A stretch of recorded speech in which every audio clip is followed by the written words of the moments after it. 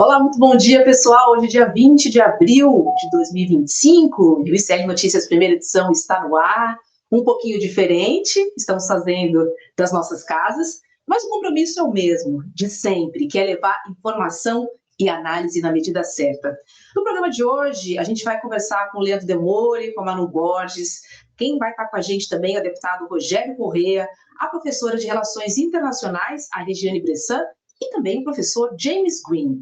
A gente vai falar sobre um documentário criminoso da plataforma Brasil Paralelo, que usou indevidamente e deturpou a imagem de uma criança para fazer campanha contra a população LGBTQIAPN+. A gente vai falar também sobre as conversas mais do que suspeitas entre Daniel Porcaro e o ex-presidente do BRB, aliado do governador bolsonarista Ibanez Rocha.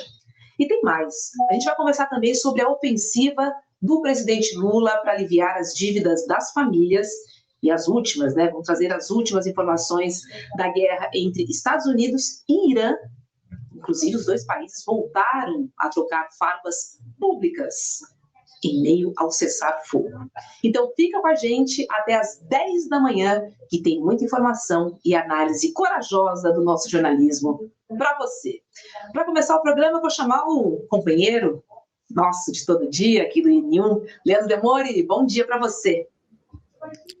Bom dia, Roberta, bom dia para a nossa comunidade, bom dia para todo mundo que está aí emendando o feriado ou trabalhando no feriado, como é o nosso caso também, né? Feriado de segunda-feira, a gente faz aqui no ICL que a gente chama de ponte. O programa hoje é um pouquinho mais curto, mas tem muita coisa para a gente debater. Começando pelo assunto principal aí, Roberto, o primeiro assunto que a gente vai tratar daqui a pouquinho, que é um pseudo-documentário dessa plataforma Brasil Paralelo.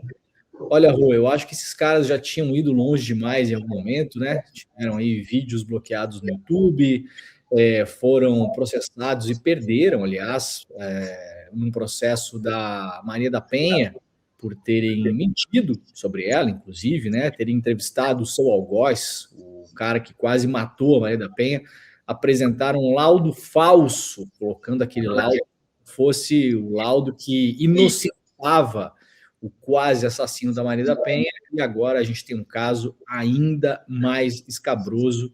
Num ano eleitoral, um ano importante para o Brasil, essa plataforma precisa ser exposta, Roberta, de uma maneira que jamais foi, porque realmente eles estão passando, já passaram, na verdade, de todos os limites. A gente vai com isso e muito mais no dia de hoje. Bom dia para todo mundo, segunda-feira, 20 de abril, 8h03 da manhã, Robertinha. Vamos, muita coisa no programa. É isso. Eu vou lembrar também que a gente tem um documentário Maria da Penha disponível na nossa plataforma. Exatamente, foi lançado após, né, esse do Brasil Paralelo, e a gente traz detalhes, traz análises, traz a Maria da Penha, e a gente esclarece essa história exatamente porque o nosso inconformismo, né, com essas atividades suspeitas do Brasil Paralelo. Agora, vamos falar dessa mãe, né, que ela é também ativista, e ela está acusando a plataforma de usar uma imagem indevida e distorcer a fala de um de seus filhos em mais um documentário para atacar as pessoas LGBTQIAPN+. A Mariana Lopes, que fala sobre infância sem preconceitos nas redes, ela gravou um vídeo, né, sobre esse absurdo. Ela é conhecida, na verdade, como Menas Mãe. Vamos assistir esse vídeo e a gente volta a conversar. Conheço aqui na internet como a Menas Mãe. Aqui no meu perfil eu falo sobre uma infância sem preconceito, sobre educação respeitosa e sobre você acolher e amar o seu filho do jeito que ele é. Mas hoje eu não estou aqui como uma criadora de conteúdo. Hoje eu estou aqui como uma mãe que fará uma denúncia. O Brasil Paralelo usou a imagem do meu filho sem a minha autorização. E não contente em fazer isso, eles simplesmente alteraram a voz do meu filho, colocando frases nunca ditas por esta criança. É isso mesmo que vocês estão ouvindo. E esse é o vídeo. A Pro disse que menino pode usar saia, então eu já abri. Só um trechinho do show de horror que é este documentário que será lançado dia 20 de abril. Pegaram um vídeo de dentro da minha página, alteraram as falas originais deste vídeo para postar dentro de um documentário onde existem discurso de ódio, homofobia e transfobia. Foi exatamente isso que esta página, com 4,5 milhões de seguidores, fez. Eu não estou falando sobre opinião, eu não estou falando sobre react. Eu estou falando que Brasil Paralelo pegou um vídeo meu, alterou a voz do meu filho e fez um documentário sobre isso. A imagem do meu filho está sendo distorcida, a voz do meu filho está sendo distorcida, a imagem da nossa família, a honra da nossa família está sendo colocada dentro de um documentário que foge completamente do contexto de que nós vivemos. Por isso eu tô aqui para pedir ajuda, para que isso seja visto, para que urgentemente alguém lá de cima resolva este problema. Essa página Brasil Paralelo precisa ser cessada o quanto antes.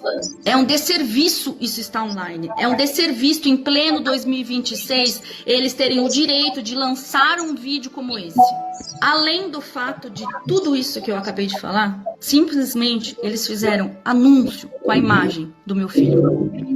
Publicidade, documentário, entre várias outras coisas, com a imagem do meu filho e de outras crianças sem autorização. Borrar o rosto do meu filho não apaga a responsabilidade do crime que vocês cometeram. O meu perfil ser aberto não dá o direito de nenhuma pessoa usar as minhas imagens sem a minha autorização, principalmente com contexto de discurso de ódio.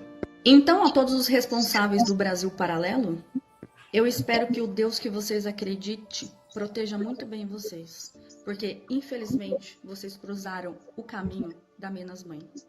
E eu não vou medir esforços para derrubar a paz. Leandro Demorge, que absurdo isso tudo, assim. De verdade, não há limites para o Brasil Paralelo, assim. É a sensação que eu tenho, porque eles já vêm repetidamente avançando o que é coerente, o que é ético, né? Moralmente, judicialmente, enfim. Que absurdo. Olha, Rô, é inacreditável. Eu estava sexta-feira, né, depois do trabalho, estava ali olhando o Instagram e tal. Eu não conhecia, né, essa mãe, essa pessoa, não sabia, não tinha contato com a conta dela, até comecei a seguir ela. Eu quero ver se essa semana, depois do feriado, a gente traz ela para o ICL, porque esse caso é um caso muito sério, é um caso que exemplifica muita coisa que vem acontecendo na internet e que a gente tem que ficar muito de olho, principalmente nesse ano. Sobretudo, Rô, porque tem um contexto que a gente tem o Tribunal Superior Eleitoral que está na mão do Cássio Nunes e do André Mendonça. E a gente tem uma sensação de que essa gente basicamente não vai fazer nada esse ano, né, em relação a esse tipo de conteúdo. Vamos lá para o caso para a galera entender. Eu estava lá olhando meu feed, né, de repente vi esse vídeo. O que acontece? A Brasil Paralelo, para quem não sabe, isso aqui, gente, não tem nada a ver com a pessoa ser de direita, conservadora, assim, Rô, numa sociedade democrática, tem que ter espaço para todo mundo, certo? Isso não é uma questão. Eu acho que se uma pessoa acha que tem que ter mais Estado ou menos Estado, se tem que ter educação pública ou não tem que ter educação pública, se tem que ter o SUS ou não tem que ter o SUS, se tem que privatizar a Petrobras ou não, se assim, isso é um debate, Roberta, que está em aberto. As pessoas podem acreditar no que elas quiserem. Se a pessoa é mais, como diz, né, conservador nos costumes e liberal na economia, como se ficou muito famoso na boca do João Dória, mas muita gente usa isso. Bom, isso é um debate que a sociedade permite, aliás, né? Não é proibido que se faça esse tipo de debate. O que essa produtora faz, né? A produtora de filmes, pseudo-documentários. Eles já tiveram, inclusive, um documentário barrado na plataforma do YouTube. E aí aquela gritaria, né? A censura, é o Xandão, é a ditadura da toga. Então, assim, é gente que joga o jogo, Roberto, dando cotovelada nos outros e depois reclama de tomar cartão vermelho. Né? Ah, não pode nada nesse jogo. Não pode. Carrinho por trás, não pode. Cotovelada, não pode. Botar a mão na bola, não pode. Assim, tem coisas que não pode no jogo da democracia. Eles estão fazendo agora, é muito grave esse caso, porque ele envolve muitas camadas. Vamos lá. A Brasil Paralelo está produzindo um documentário, entre aspas, que é como eles chamam, né? Vamos lembrar que esses documentários são vendidos na plataforma do Brasil Paralelo. Pessoas, para terem acesso a isso, pagam para que possam acessar esses conteúdos. Primeira coisa que me chamou muita atenção, depois que eu fui estudar esse caso, eles gravaram esses vídeos, muitos desses vídeos, fora os que eles pegaram na internet, que é esse caso. Mas eles gravaram dentro de uma escola em São Paulo com a autorização do governo do senhor Ricardo Nunes. Então vamos começar assim, essa gente entrou numa escola com uma equipe para gravar um pseudo-documentário que envolve aí as tais ideologias de gênero, os professores doutrinadores. Então é mais um vídeo, mais um produto produzido por esse eixo do mal para perseguir professor, para perseguir pais, para criar a ilusão de que o Estado, através das políticas educacionais, está inventando crianças trans, crianças LGBT, está desviando a juventude. Então, o objetivo dessa história é esse. Não por acaso, no ano eleitoral, onde a gente vai voltar a ver essa história. Alguma dúvida de que a gente vai voltar a ouvir falar dessa história? Porque a extrema-direita, a gente já sabe, não tem proposta de país que não seja criar pânico, né? Navegar no caos.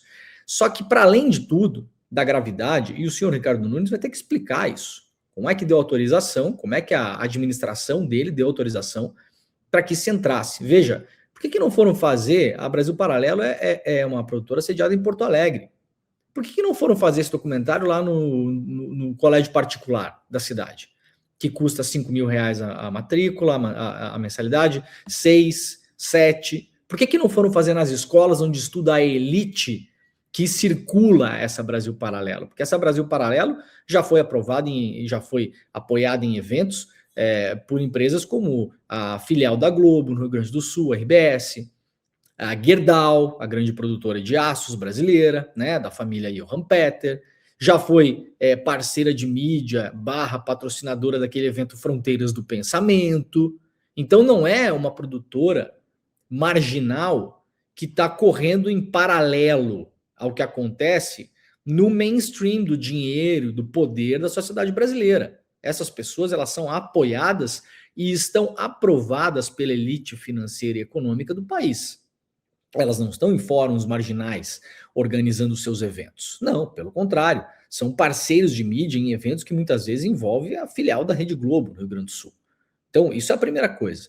O caso dessa mãe é um negócio, assim, escabroso. Ela fez vários vídeos sobre isso, até depois se o pessoal puder botar o perfil dela aqui para a galera seguir, porque ela foi atrás dessa história. Eles pegaram um vídeo, né, de um dos filhos dela, borraram mais ou menos o rosto ali e colocaram nesse contexto como se a criança dela fosse uma dessas crianças doutrinadas pelos professores, pelos pais, pelos pedagogos, pelo Paulo Freire, sei lá eu por quem, que vai estar nesse pseudo-documentário que vai ser lançado ainda. Com a gravidade, Rô, que criaram, veja bem, inventaram uma frase que essa criança nunca disse e colocaram ali.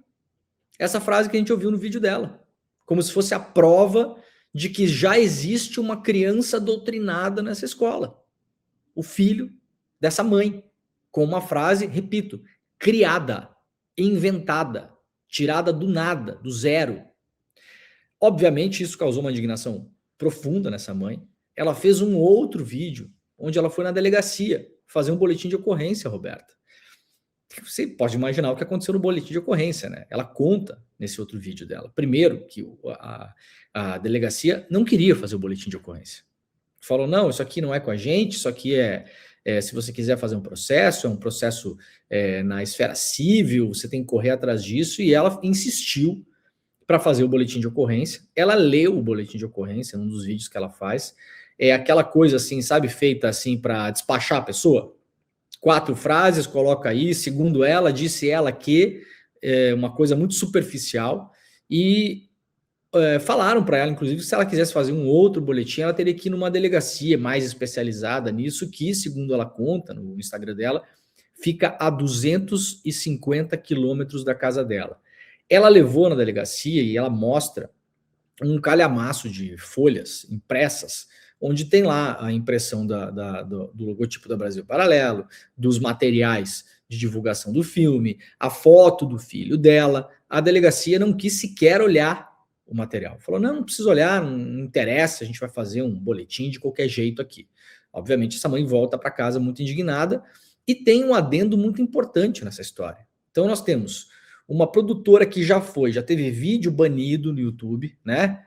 cotovelada no rosto, alegando que não pode dar cotovelada no rosto, né? Tomou cartão vermelho, reclama. Poxa, mas não pode dar cotovelada no rosto? Bom, não pode, né, gente? Uma produtora que já foi processada e perdeu um processo contra a Maria da Penha, na verdade, a Maria da Penha a processou, porque fizeram um documentário sobre violência doméstica, sobre Maria da Penha. Era uma espécie de documentário para desconstruir a Maria da Penha, para desnudá-la, para mostrar que ela estava mentindo ou exagerando. O protagonista principal desse documentário, do Brasil Paralelo, é o rapaz, o homem lá que tentou matar a Maria da Penha. O Herédia.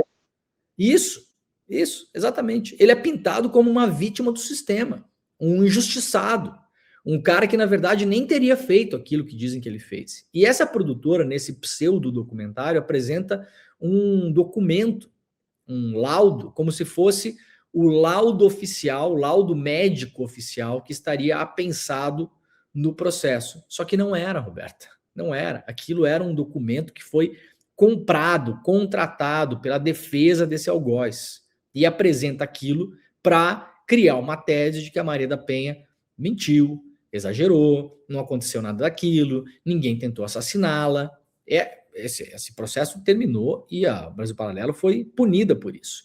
E agora esse novo caso dessa mãe que tem uma criança exposta em uma condição como se essa criança fosse uma criança convertida pela ideologia de gênero que rola nas escolas, porque nós não podemos permitir isso, dentro desse contexto de perseguição de professores, com uma fala que essa criança nunca disse. Eu vou repetir, eles inventaram uma frase dessa criança e colocaram essa frase com voz distorcida, fazendo o que se chama de voice over, né? Colocaram a voz em cima da imagem dela, como se fosse ela que tinha dito. E para completar a história de terror, a Brasil Paralelo consegue fazer publicidade nas redes sociais com essa história. Isso me deixou mais chocado ainda, porque, veja, não chega a me chocar tanto ver o trabalho que essa gente faz, porque a gente já sabe do histórico, a gente já viu o que eles fizeram em outros momentos. Agora, o que está acontecendo nesse momento é que as plataformas, e pelo que ela mostra ali é o Instagram, mas eu posso imaginar se é Instagram, tem também Facebook, que é da mesma empresa, e talvez outras também, a gente não sabe onde mais. A Brasil Paralelo está pegando esses vídeos para lançar esse vídeo, esse pseudo-documentário, essa peça de propaganda, colocando dinheiro nas plataformas para fazer publicidade, e as plataformas estão aceitando, o que me deixa escandalizado, Rô, porque faz poucas semanas que nós divulgamos aqui no ICL aqueles perfis de fofoca que estavam usando patrocínio de bets. Na semana seguinte a essa divulgação, nós mostramos aqui aqueles perfis usando IA, que eram vídeos gerados de mulheres com camisetas do PT, apanhando dentro de igrejas por pastores com camisetas do Brasil, porque são comunistas, porque são esquerdistas, num contexto claramente eleitoral, vídeos com milhões de seguidores. E eu tentei fazer um anúncio nas minhas redes sociais com um vídeo do Jornal Nacional, como um teste. Eu pensei, poxa, Roberta, se esse tipo de conteúdo pode anunciar, se esse tipo de conteúdo da Brasil Paralelo pode anunciar, eu posso anunciar qualquer coisa, eu posso imaginar, né? Porque há restrições nas empresas, mas aparentemente as restrições não estão sendo cumpridas. Eu publiquei um vídeo do Jornal Nacional dos anos 90, um vídeo do Jornal Nacional, William Bonner, sentado na bancada do Jornal Nacional, dando uma notícia. Claro que a notícia, hoje, à luz do tempo, ela tem um contexto completamente absurdo. É o William Bonner justificando a Primeira Guerra no Iraque porque o Saddam Hussein seria uma das 7 bestas do Apocalipse, segundo Nostradamus. Eu não estou brincando não, tá, gente? Isso aí foi lido e apresentado no Jornal Nacional. Mas, Roberta, é um conteúdo jornalístico de uma emissora de televisão que tem uma concessão pública do principal programa jornalístico dessa emissora, que foi ao ar nos anos 90. Então, aquele vídeo não é falso, não é manipulado, não existe um contexto ali de violência contra alguém, não há exposição de imagens indevidas, nem nada. É só um absurdo, um pseudo-jornalismo. Coloquei R$40 lá nas plataformas, tanto no Instagram quanto no TikTok. E o meu anúncio não foi aceito. Meu anúncio não rodou. Coloquei a título de teste mesmo, né? Para quem não sabe, os anúncios, quando você anuncia na plataforma, você simplesmente paga para que a rede social mostre aquele vídeo para mais pessoas. E aí a alegação foi que aquilo era um conteúdo político, eleitoral, que fazia promoção de candidatos em um ano eleitoral. Ora, Rô, não tinha nenhum candidato citado nesse vídeo do Nostradamus, a não ser que o Nostradamus seja candidato a alguma coisa e eu não saiba.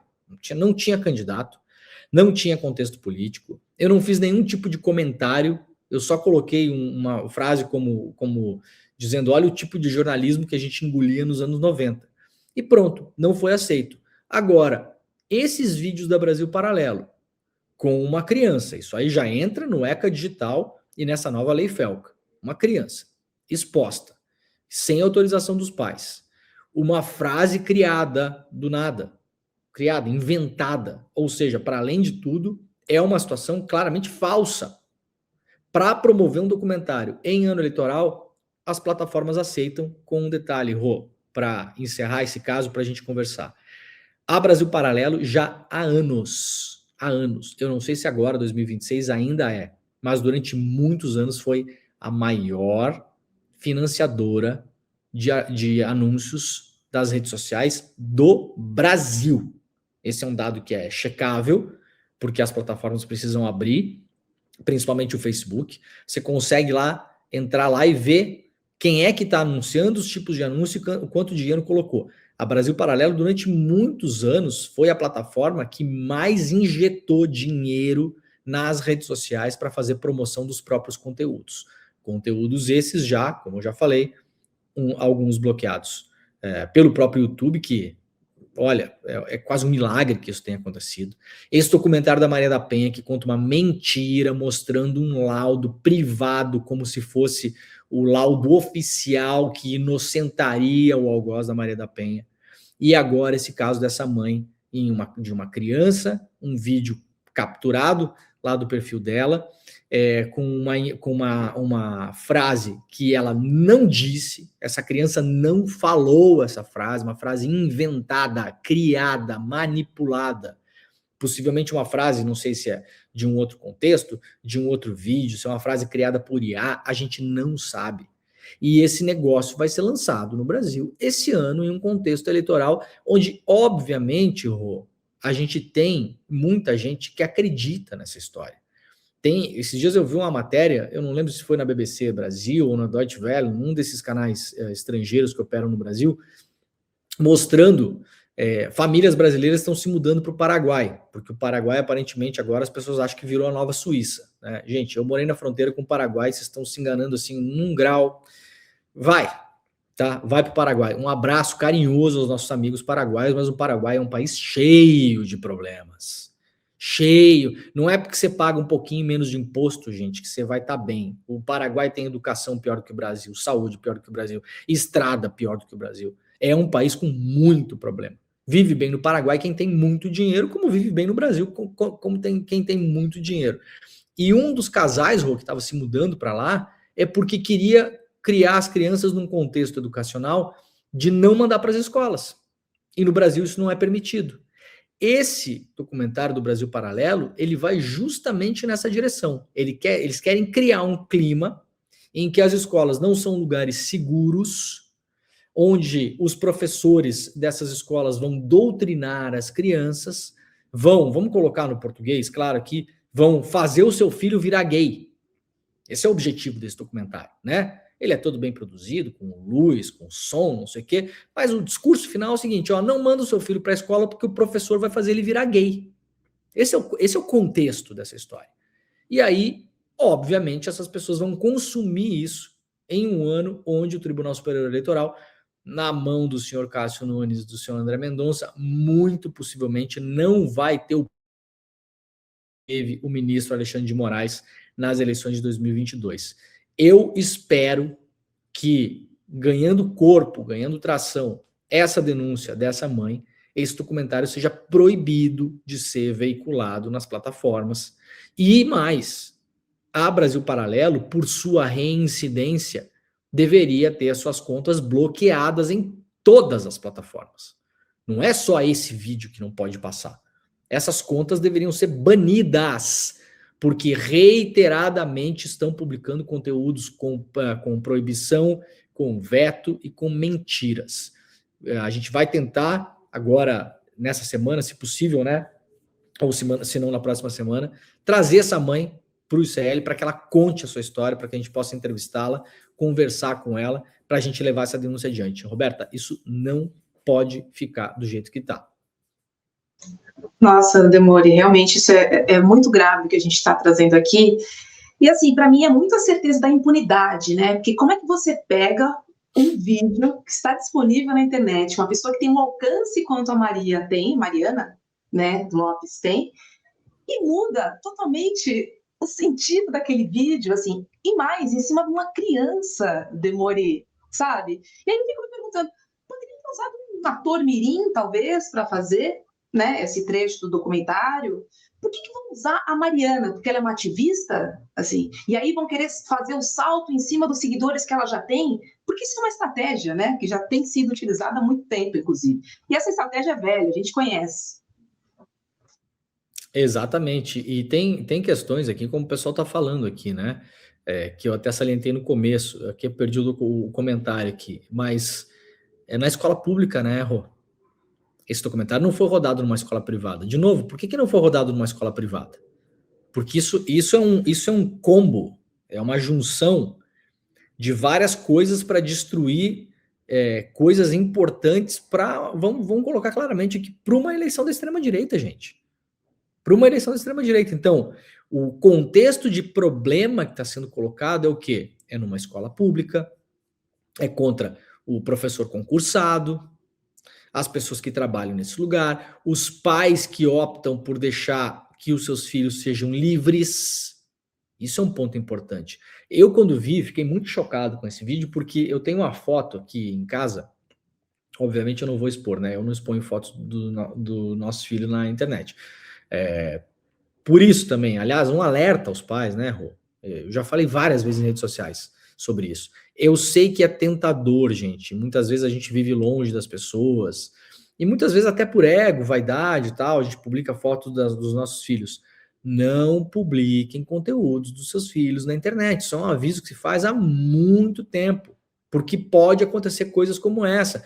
Muitas vezes uma foto de um filho, de uma filha sua, pode ir parar num contexto de sites de pornografia, de pedofilia, de pornografia. Isso acontece com muita frequência, né? Então, evitem postar isso. Se você posta num contexto de ativismo, tenha clareza de que isso pode acontecer, né? E aí eu tava falando, eu tenho uma foto aqui do nosso filho, quando ele era mais novo, tinha aí uns aninhos a menos, ele adorava Frozen. A gente levou ele num teatrinho uma vez, ver lá a peça, via os filmes em casa e tal.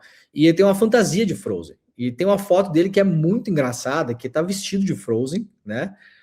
Com a mochila da escola, uma mochilinha do Spider-Man. Então, assim, aquele vestido de Frozen azul, com uma mochilinha do Spider-Man. E ele tá com uma cara, que a criança não pensa muito nisso, né? Mas tá com uma cara, assim, olhando com o rosto para cima e olhando meio atravessado para a câmera, do tipo assim, faço o que eu quero, visto o que eu quero, a roupa é minha, eu que gosto, não tô nem aí pro que você acha. E foi pra escola com aquela fantasia várias vezes, nem era dia de fantasia nem nada, foi várias vezes, trocava o uniforme por aquela fantasia da Frozen, né? E conforme, enfim, ele foi crescendo, veja como é o contexto social, né? Mesmo a gente tentando criar com essa cabeça livre, assim, depois de algum tempo foi tendo um pouco de vergonha de usar aquilo, né? Porque vai crescendo, daí os colegas, daí um fala, o outro fala. Então, já é uma batalha diária dentro da família, e quem tem filho sabe disso, para a gente não limitar os nossos filhos, porque o mundo os limita. Essa é a verdade. O contexto social limita as crianças. Por mais que você crie com outras pessoas em escolas assim, mais progressistas, ou mais, mas não adianta, Rô, o contexto social vai limitando, né, o que se consome na internet, o que se vê na rua, os modelos de sociabilidade, né, o que um menino tem que fazer, o que uma menina tem que fazer, o que é que um menino gosta, o que é que uma menina gosta. A gente vê no intervalo da escola, já a partir de certa idade, os meninos e as meninas começam a se separar porque as brincadeiras são diferentes. mas não está colocado que aquilo é diferente. Aquilo é uma construção social. E tudo bem, a gente também não quer mandar no futuro dos nossos filhos, mas a gente tem que também ir trabalhando para que eles sejam livres, não para que eles sejam... Né, a gente não trabalha para que o nosso filho saia fantasiado de Frozen. A gente trabalha para que o nosso filho saia vestido do que ele quiser. E já é difícil fazer isso. Eu fiquei imaginando, até uma certa calma dessa mãe. Se essa Brasil Paralelo pega a foto do meu filho, Roberta, eu vou até a porta desse lugar, nem que seja no inferno, mas eu vou até lá. Não tenha dúvida disso. Vou até lá. Essa mãe está sendo até muito calma, né? Porque está tocando isso em rede social e está correta ela. Eu não estou dizendo para fazer isso, eu estou dizendo a minha vontade. Eu fiquei me colocando no lugar dela. Então, gente, primeira coisa, quem puder, vamos colocar o perfil dela, vamos seguir essa mãe, vamos aqui, ó. Agora, como é que é a arroba dela que eu não estou conseguindo ver? Mari Lopes, né? Isso. Agora tá valendo. Agora tá valendo, mas se colocar no Instagram Mari Lopes, ela vai aparecer, tem perfil verificado, uma pessoa, né? Tá todo mundo lá, as pessoas estão seguindo. Ela fez vários vídeos, o vídeo dela indo na delegacia, o vídeo da denúncia, fez reacts. A gente vai tentar chamar ela para o ICL. Sigam, compartilhem esses conteúdos. A gente tem que tentar fazer um esforço enorme, não só para que esse conteúdo seja derrubado, para que esse documentário não possa ser veiculado em lugar nenhum, em YouTube, em lugar nenhum, como chegou, assim, Roberta, passou do tempo dessas contas da Brasil Paralelo serem derrubadas das redes sociais. Essa empresa não pode mais anunciar no Instagram, gente. Como é que... Depois eu falo que as empresas de redes sociais são sócias do crime, os caras vêm encher meu saco, né? Como já aconteceu várias vezes. Em 2018, 2019, o YouTube treinou os influenciadores de extrema-direita na sede do YouTube, aí em São Paulo, para como usar o YouTube e como usar o Google. Tá? A gente publicou matéria sobre isso no Intercept na época, mostrando todos os detalhes, quem é que foi nas reuniões, como é que era o treinamento, toda essa lixarada que se multiplicou pela internet depois, né, foi treinada pela empresa, Roberta, para criar canal, como é que eram as melhores práticas, como é que faz uma thumb, qual é que é o título mais chamativo, qual é o tamanho dos vídeos, quanto tempo tem que ter um vídeo para ele viralizar. Foram treinados pela empresa. Gente que depois estava lá falando que urna não vale, que a votação não valeu, que tem que ir lá invadir Brasília, que o Bolsonaro não vai sair do poder.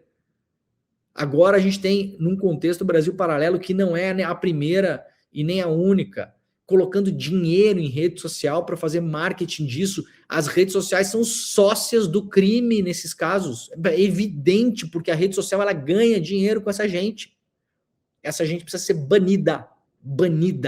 Essas contas precisam sumir das redes sociais. Eu espero que o Ministério Público, que a Defensoria da União, ou sei lá, eu raio que o parta, alguém tem que pegar essa mãe, olhar esse caso e tocar essa história adiante. Não é possível que a gente aceite que essas contas continuem operando e que as redes sociais continuem sendo sócias dessa gente criminosa, e posso falar criminosa porque foram condenados no caso da Maria da Penha. Então, sim, uma gente criminosa continue operando na internet com esse tipo de conteúdo, Rô.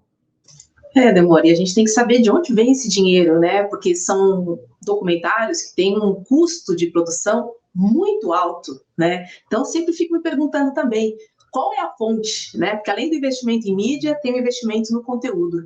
A gente tem que entender melhor essa história.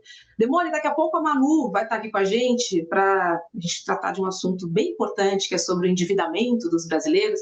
Mas antes eu quero trazer um recado, porque faltam 8 dias para o dia D, que é o nosso dia da soberania digital, né? O dia em que o ICL vai anunciar o maior ato de enfrentamento contra as Big Techs do Brasil. Foi isso mesmo que você ouviu, tá? Porque a gente sabe, a gente está comentando aqui, inclusive, que as grandes empresas, né, de tecnologia, elas dominam tudo que você vê na internet, elas selecionam o que você pode ver e o que você não deve ver, né? E os algoritmos ditam, nesse caso, o que é relevante e o que deve ficar, em silêncio, no cantinho da sala. Tudo que ele não gosta, ele esconde. Então, se você apoia o nosso jornalismo independente, eu conto com a sua participação no dia D, né? Porque é o dia que o ICL vai anunciar a maior, a mais ousada. Aqui, ó.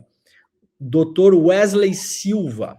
Bom dia, sou advogado no caso da criança que teve sua imagem usada pela Brasil Paralelo. Doutor, nós vamos tentar encontrá-lo, vamos tentar entrar em contato com o senhor para a gente fazer uma entrevista aqui, tá? Tentar trazer a mãe dessa criança para conversar sobre o caso que a gente estava falando antes. Boa, Demori. Manu, obrigada, viu? Vamos torcer para esse desenrola, ou se tiver outro nome, mas esse programa de endividamento, que ele tenha uma adesão maior, né? Porque, de fato, esse é um problema que precisa ser tratado com muito carinho. Não só porque é um ano de eleição, mas a gente está falando de 70% da população. É muita gente endividada e o governo pode ajudar. Um beijo para você e boa segunda-feira, querida. Beijo. E essa renegociação, os bancos estão dispostos a reduzir até 90% dos juros. Vamos acompanhar.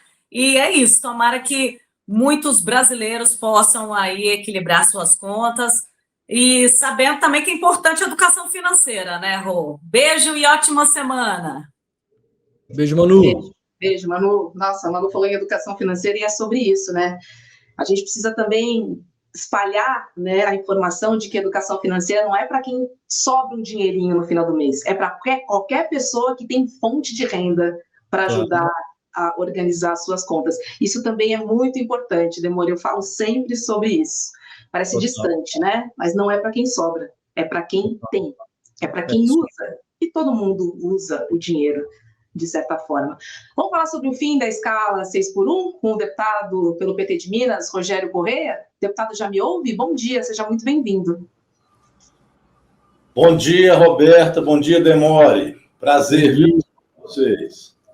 Bom dia, deputado. Gostei do look casual hoje, né? Não está de terno, de gravata.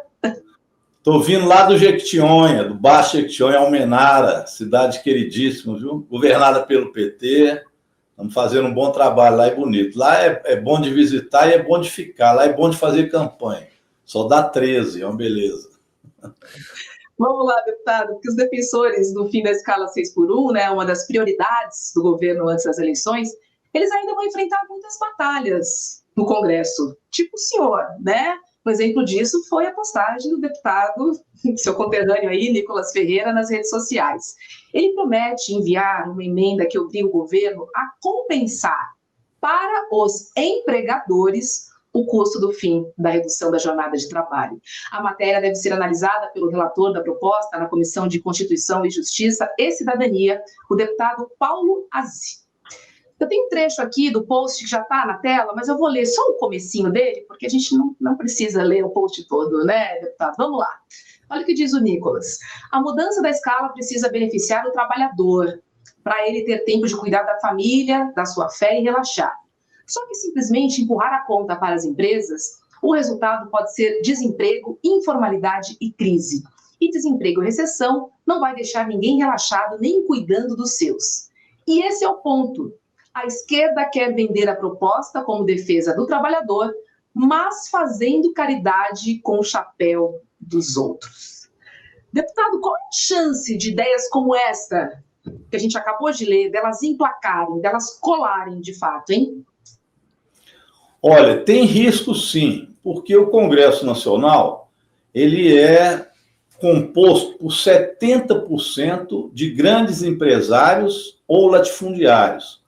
Esses os que são empresários e latifundiários. Fora os outros que, como o Nicolas, vivem deles e apoiam empresários e apoiam também latifundiários. Então, figuras como o Nicolas são comuns, infelizmente, no Congresso Nacional. E eles vão querer conturbar essa ação importante, que é a diminuição da jornada de trabalho para o trabalhador. E é isso que se trata. Essa jornada de 40 horas já era para estar existindo no Brasil desde a Constituição de 1988, que foi uma proposta que foi derrotada por pouco e acabou se estabelecendo a jornada de 44 horas como jornada máxima, e naquela ocasião a jornada chegava a ser até de 48 horas. Então nós tivemos uma conquista pequena, mas não alcançamos o objetivo das 40 horas. De lá para cá, o mundo evoluiu muito em tecnologia, em produção, e, portanto, o PIB brasileiro, portanto, cresceu. Hoje nós já estamos entre os 10 países maiores de produto interno bruto de produção. Então, é um absurdo continuar com uma jornada 6x1, ou seja, trabalhando 6 dias, descansando 1, e olha que esse 1 geralmente se faz bico para completar a renda. Então, trabalha-se de sol a sol, vamos dizer assim. E aparece um espertalhão como o Nicolas para dizer que é a favor. Aliás, ele tinha dado declaração que era contra. Agora, como viu que a grande, imensa maioria do povo quer jornada fim da jornada 6x1, estabelecimento da jornada 5x2, 40 horas semanais, sem perda salarial, ele quer atrapalhar o processo dizendo que o imposto do brasileiro é que vai pagar a conta para o patrão. Então, ele está fazendo aquilo que nós chamamos de bolsa patrão.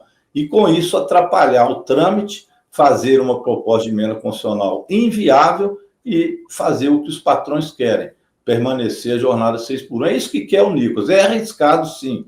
Por isso é que a gente está preferindo andar com o projeto de lei e não com a PEC. Porque uma proposta de emenda constitucional precisa de aprovação de 308 deputados e deputadas. Isso é um quórum muito difícil para um Congresso tão conservador e tão patronal como é o Congresso hoje, o Congresso inimigo do povo. Então, nós precisamos, sim, de aprovar o projeto de lei, porque ele é maioria simples. E, além disso, dá ao presidente Lula a condição de veto, caso algo desse tipo venha a ocorrer para inviabilizar a proposta.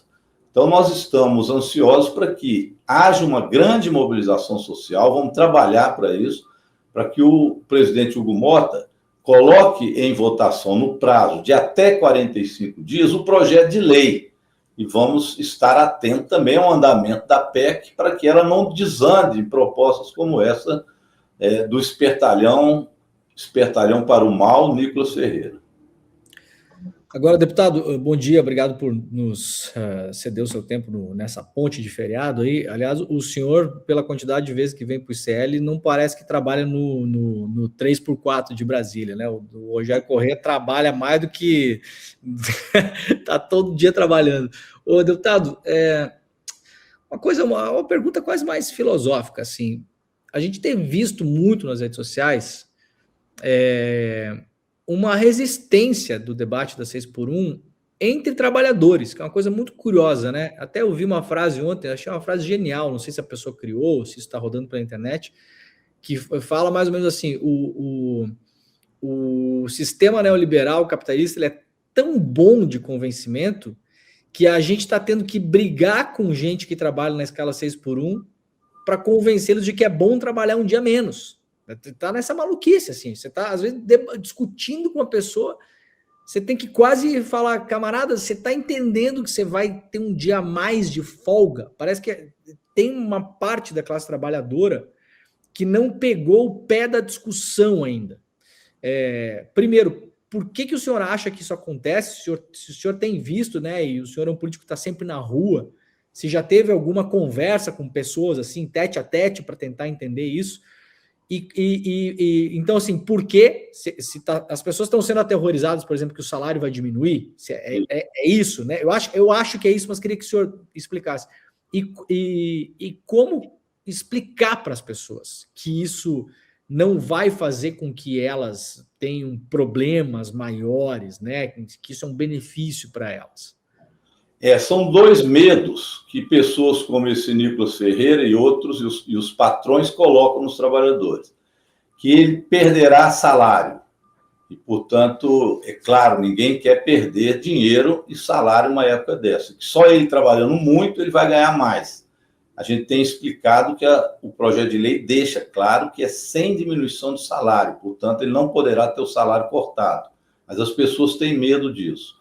O outro medo que eles colocam nas pessoas é que vai haver perda de emprego, o que também não é verdade, porque o patrão, para ganhar o lucro dele, precisa de abrir a sua loja, precisa de abrir sua fábrica, precisa que os trabalhadores trabalhem para poder produzir para ele ter o lucro dele. Então, eles não vão deixar de abrir os seus empreendimentos e o trabalhador vai continuar trabalhando. Aliás, vai gerar mais emprego.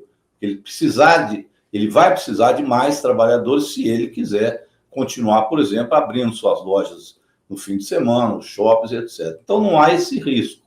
Agora, é um medo que sempre os patrões colocam em cima dos trabalhadores e que em alguns pode surtir efeito. Eu fico imaginando, eu já li livros de história sobre isso, quando da época do fim da escravidão, que era um grande movimento para acabar com a escravidão, e eles diziam aos negros que os negros iriam ficar sem condições de ter, inclusive, o que comer, que era melhor ficar no pelourinho, porque senão não teriam como sobreviver. E havia até escravos que defendiam continuar a escravidão com medo de poder perder, sabe-se lá o quê. Às vezes, a sua moradia na senzala, a escravidão. Então, é estranho, né, a gente ouvir isso, mas é desta forma que o capitalismo trabalha, amedrontando o trabalhador, tentando trabalhar contra a consciência.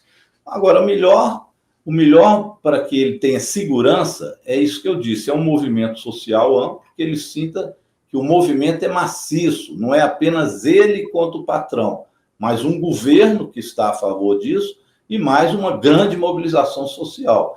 E, ademais, lembrar também o passado. Quando se diminuiu de 48 para 44, foi na Constituição de 88, não houve absolutamente nada disso. E outros países, pelo contrário, as pessoas ganham mais porque a produção até aumenta. Isso vai ser mostrado também com o tempo. Então, é uma batalha importante da gente vencer, que vai significar um avanço muito grande. Isso, com mais outras ações que vocês estavam comentando, por exemplo, da questão do endividamento, que nós precisamos combater também isso. O PT apresentou um projeto até para acabar com as bets.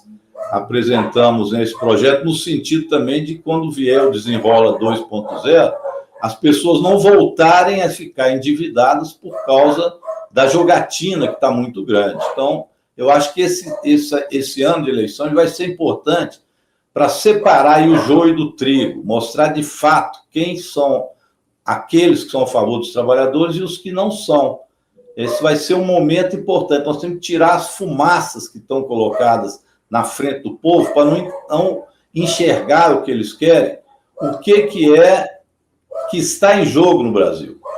Só para não demorar muito, mas vou citar um exemplo do que é essa fumaça que bolsonarista gosta de fazer. É como neblina em estrada, tenta impedir, a neblina impede você ver lá na frente. Então você, às vezes, precisa botar um farol baixo para atravessar a neblina e começar a enxergar até que a neblina saia. Esse candidato Flávio Bolsonaro, das primeiras atitudes que ele fez quando passou a ser indicado como candidato a presidente da República, foi ir a Israel. Fazer o quê? Se batizar no Rio Jordão, para chamar a atenção de que ele era evangélico e misturar todo o debate entre quem é evangélico, quem não é evangélico, quem é católico, quem é de matriz africana, religiosa, tudo fazendo uma mistura, uma fumaça, para que o povo dividido não enxergue o futuro que vai ser construído. E o futuro a ser construído não é o do Milei, da jornada de 12 horas por dia, e sim a proposta do presidente Lula de 8 horas por dia, 40 horas semanais, sem diminuição de salário. E é isso que vai estar colocado na legislação brasileira, se nós formos vitoriosos.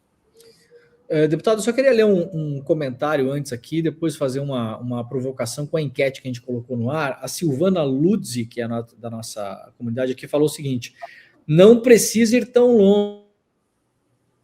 Foi uma gritaria danada contra a Dilma. Lembra dessa história da PEC das domésticas, que era um absurdo, que não sei o que, era basicamente dar direitos trabalhistas para quem trabalhava fazendo faxina na casa dos outros. E também se falou que ninguém mais ia conseguir contratar faxineiro, que ia ficar inviável, que não sei o quê, né? E hoje ninguém mais lembra disso, só lembra quem recebeu os seus direitos, né? Quem teve que pagar não lembra. Agora, deputado, a gente estava falando antes aqui do endividamento, foi bom que Demore, só em relação a isso, o único deputado a votar contra os direitos do empregado doméstico foi quem? Jair Bolsonaro. E ele fala com orgulho: eu fui o único deputado a votar contra. E hoje, essa bobagem que falaram é mentira. Hoje está difícil contratar uma empregada doméstica porque ela tem dignidade e quer trabalhar com seus direitos. Então, o que nós conquistamos foram direitos e dignidade do trabalho. E não existiu coisa nenhuma, né, disso que eles amedrontavam as pessoas, né, que não teriam recursos, que as empregadas iam ficar desempregadas. Mentira. Isso não ocorreu mesmo. Boa lembrança. Muito bom. Deputado, a gente colocou uma enquete no ar aqui, está com quase 1.000 votos aí. Eu achei interessante o resultado, vou ler o resultado parcial, porque destoa um pouco das pesquisas que a gente tem visto aí. Eu vou dar uma olhada no resultado parcial, vou jogar para o senhor comentar. Eu pedi para o pessoal fazer uma enquete que é o seguinte: você tem dívidas que considera impagáveis? Porque uma coisa está endividado, né, deputado? Endividado todo mundo está, né? E não é só no Brasil, no mundo todo, né? Ou a pessoa está parcelando um carro, tem um consórcio, está comprou um terreno em 360 meses, sei lá, alguma coisa, né? Tem uma dívida numa loja de roupa. Então, assim, estar endividado, digamos assim, que é quase uma condição natural do capitalismo, né? Porque sem dívida, muitas vezes a gente não consegue dar um salto que a gente precisa dar, né? Às vezes o cara trabalha aí como entregador, então ele precisa comprar uma moto, ele não tem dinheiro para comprar a moto, mas ele consegue parcelar a moto e a moto cabe no que ele ganha no mês, então isso não é uma dívida impagável, uma dívida que tira o sono da pessoa. Então eu pedi para a galera perguntar no nosso chat aqui: você tem dívidas que considera impagáveis? Tá aí, ó. Olha só, 62% da nossa comunidade, aí 629 votos em 4 minutos, então agora a gente já deve ter passado de 1.000 votos. 62% diz que não tem dívidas consideradas impagáveis. 22% diz que a coisa está feia e 16% dizem que está no vermelho. Então, a maioria diz que não tem dívidas impagáveis, 16% diz que a coisa está no vermelho, ou seja, está começando a ficar preocupante, e 22% diz que a coisa está feia. Se a gente somar mais ou menos aí, a gente vai ter aí 30 e poucos por cento, quase 38%, quase 40% que tem dívidas que considera que são dívidas que tiram o sono. Isso, de fato, é uma preocupação, né, deputado?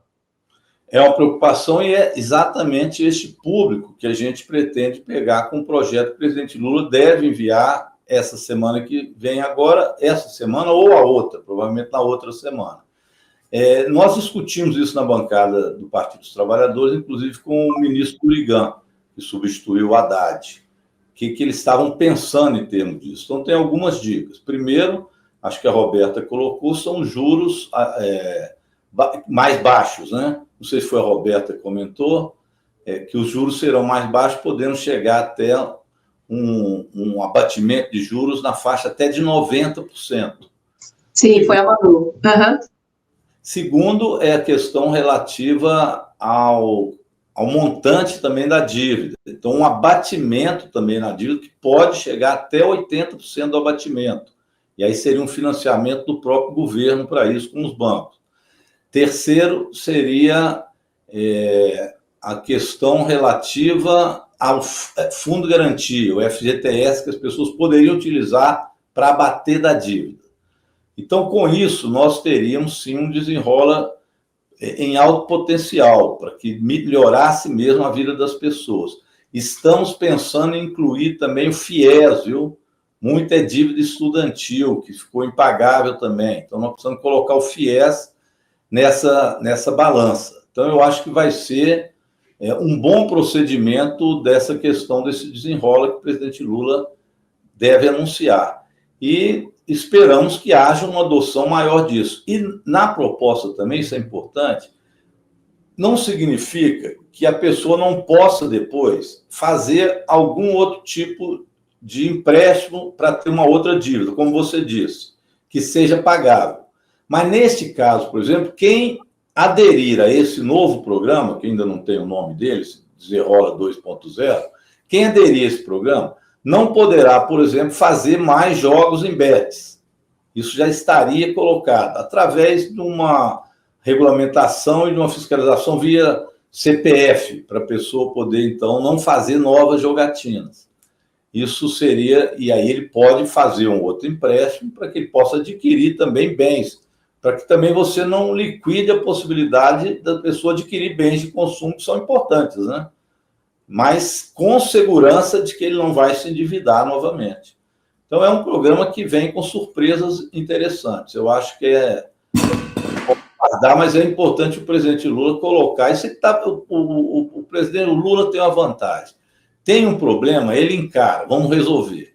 Deu problema de carestia de gasolina, guerra.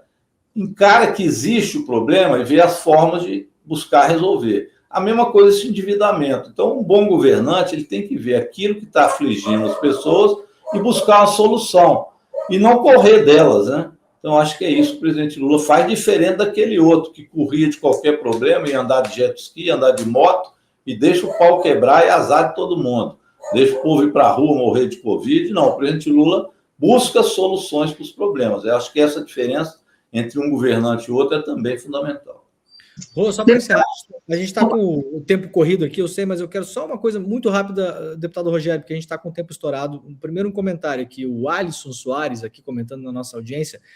Acho que o resultado da enquete no ICL é diferente de outros lugares, porque aqui no ICL tem mais consciência crítica sobre, por exemplo, o problema das bets, que a gente fala toda hora, né? Então, o endividamento das pessoas é menor, talvez em outros canais seja maiores. Realmente, assim, gente, a enquete do ICL não expressa a opinião pública geral, mas dá um panorama que 40% do nosso público tem algum tipo de dívida que tira o sono, né?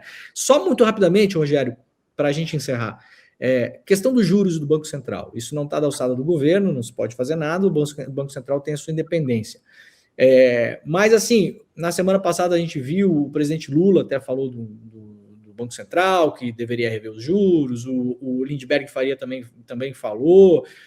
Isso é um debate que vocês vão trazer, quer dizer, assim, a gente sabe que o embate entre instituições precisa ser feito de uma maneira muito tranquila, porque não queremos voltar aos anos onde as instituições estavam em guerra por conta da extrema-direita. Mas um debate público, político, saudável, limpo, transparente, não é nenhum pecado, né, deputado? Assim, juros do Banco Central, isso também entra na conta do endividamento das pessoas, né?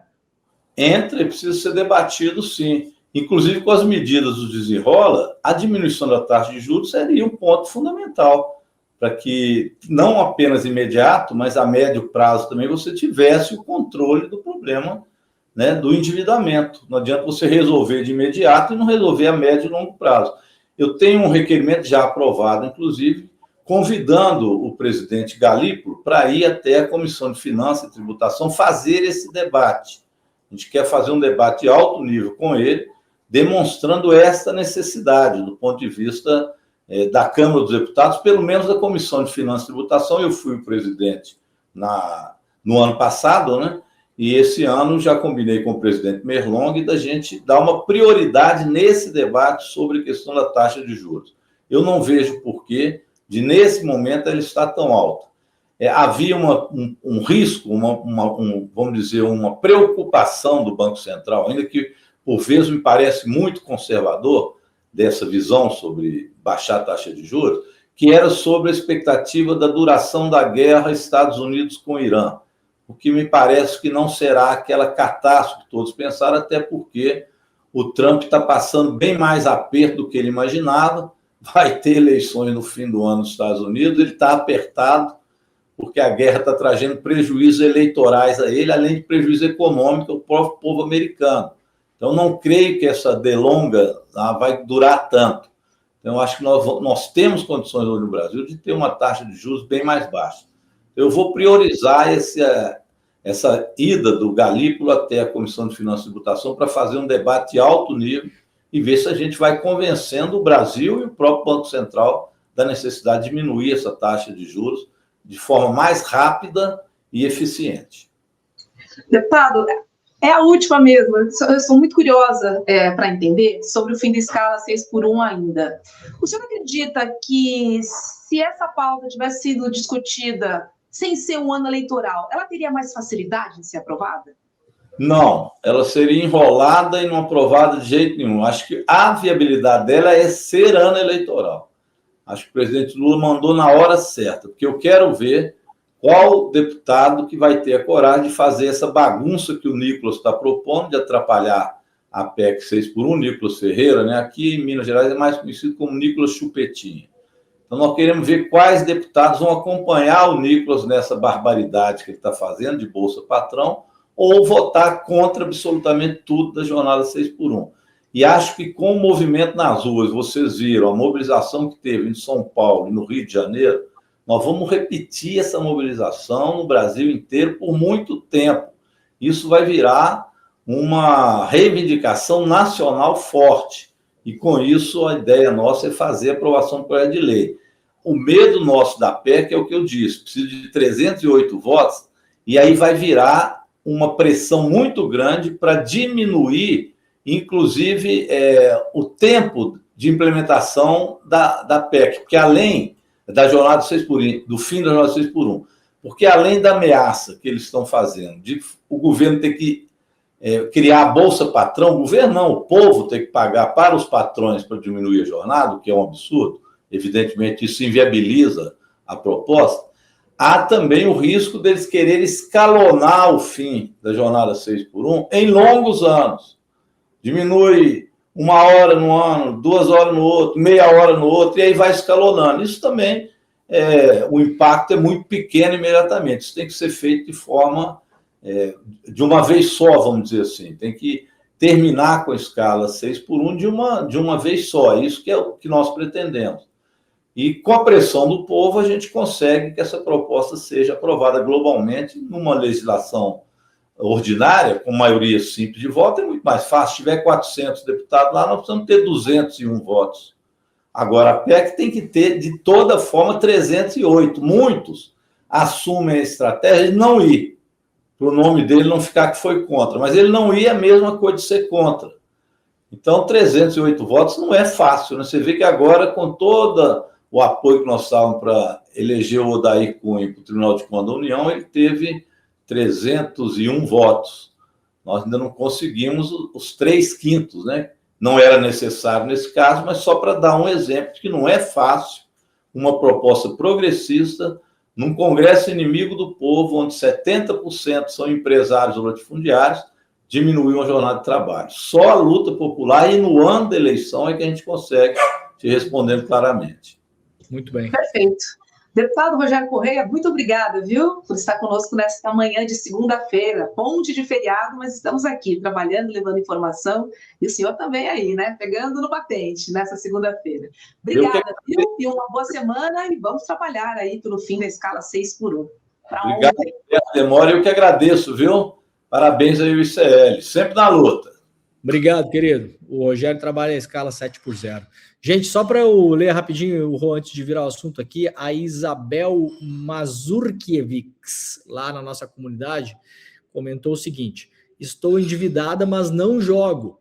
Estou cheia de empréstimo e devendo no cheque especial. O cheque especial é juro do banco, né? Terá alguma ajuda nesse tipo de dívida? Isabel, já no primeiro desenrola, de novo, esse programa, ele deveria ser, feito publicidade, assim, Revista Oeste, Jovem Pan, gente que quer o bem das pessoas devia falar disso, porque assim, isso não tem nada a ver com o governo XYZ, isso é para tirar a pessoa literalmente de uma situação de desespero. Nesse caso de dívidas com bancos, no aplicativo do banco você vai ter um botão ali para negociar, então é tudo feito no aplicativo. Lá no primeiro desenrola, eu até mostrei o aplicativo do banco. Cada banco tem os seus aplicativos, né? Mas lá no aplicativo, possivelmente vai aparecer um negócio chamado renegociação de dívidas, né? Ou um termo parecido com isso. Então, assim que o programa entrar em funcionamento de novo, você vai no aplicativo, o aplicativo ele lista para você todas as dívidas que você tem e lista daquelas dívidas, Roberta, quais são as negociáveis. Então, por exemplo, você tem uma dívida, você financiou uma casa, né? E está pagando lá a prestação e tal. Eventualmente aquela dívida não vai aparecer como negociável, porque você está adimplente, tem uma negociação específica, tem um contrato, digamos assim, que é um contrato mais difícil.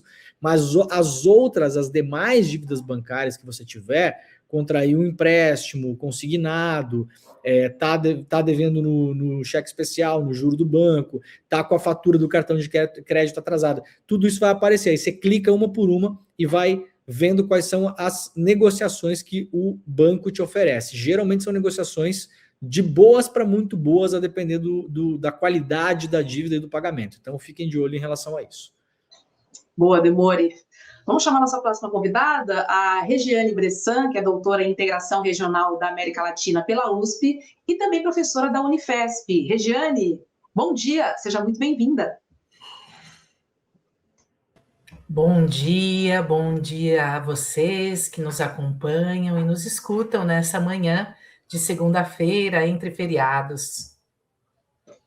Vamos nessa, falar sobre as eleições no Peru, porque faz mais de uma semana que os peruanos foram às urnas para escolher o próximo presidente do país. E até agora não se sabe quem vai enfrentar Keiko Fujimori no segundo turno.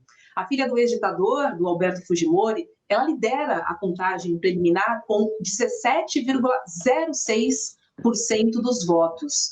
Disputam o segundo lugar o candidato de esquerda, o Roberto Sanches, e o candidato de ultradireita, o Rafael Lopes Aliaga, ambos com cerca de 12% dos votos. A possibilidade de ficar fora do segundo turno levou Lopes Aliaga a pedir a anulação das eleições. E a justificativa é de que 60 mil pessoas de Lima só puderam votar na segunda-feira por atraso e também problemas de logística. Regiane, essa vaga no segundo turno, ela pode mudar tudo? Pode alterar o cenário nas eleições peruanas? Bom, vamos falar um pouco do diagnóstico dessas eleições que aconteceram no dia 12 de abril. Primeiro, nós temos um cenário de total fragmentação, justamente por ter uma crise de representatividade. Um número recorde de partidos, candidatos, ou melhor, se candidataram à presidência. Foram 35 candidatos.